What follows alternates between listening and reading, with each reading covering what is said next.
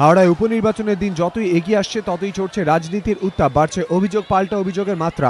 ইতিমধ্যে হাওড়ার বিভিন্ন জায়গায় দলীয় কর্মী সমর্থকদের উপরে হামলার অভিযোগ তুলে শাসক দলের বিরুদ্ধে নির্বাচন কমিশনের দ্বারস্থ হয়েছে বামেরা। উপনির্বাচনের 3 দিন আগে শাসক দলের বিরুদ্ধে সন্ত্রাস চালানোর অভিযোগ করলেন খোদ বামফ্রন্ট চেয়ারম্যান বিমান বসু। এই মর্মে বামেদের তরফে বৃহস্পতিবার চিঠিও দেওয়া হয়েছে কমিশনকে। কোথাও কোথাও এখনো ভয়ভীতি সৃষ্টি করার প্রোগ্রাম নিয়ে চলছে।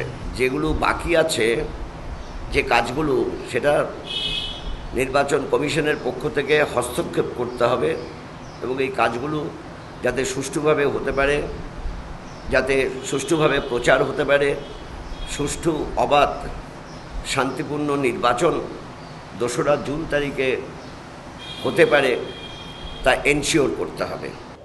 এদিন রবীন্দ্রদেবের নেতৃত্বে বামেদের একটি প্রতিনিধি দল মুখ্য নির্বাচনী আধিকারিকের সঙ্গে দেখা করেন। সেই প্রতিনিধি দলে ছিলেন হাওড়া উপনির্বাচনে সিপিএম প্রার্থী শ্রীদীপ ভট্টাচার্য। তার অভিযোগ, বাড়ি বাড়ি গিয়ে ভয় দেখাচ্ছে তৃণমূল আশ্রিত দুষ্কৃতীরা।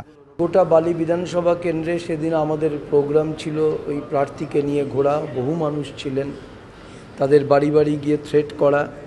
এজেন্ট হতে পারে যারা আমাদের পোলিং, সেই এজেন্ট হতে পারে, তাদের বাড়ি বাড়ি গিয়ে তাদের শুধু থ্রেট করছে তাই না, তাদের পরিবারকে থ্রেট করছে। যদিও এই অভিযোগকে আমল দিতে নারাজ শাসক শিবির। এই পরিস্থিতিতে কমিশন কি ভূমিকা নেয় সেটাই এখন দেখার। বিতনু চট্টোপাধ্যায়, হিন্দোল দে, এবিপি আনন্দ, কলকাতা।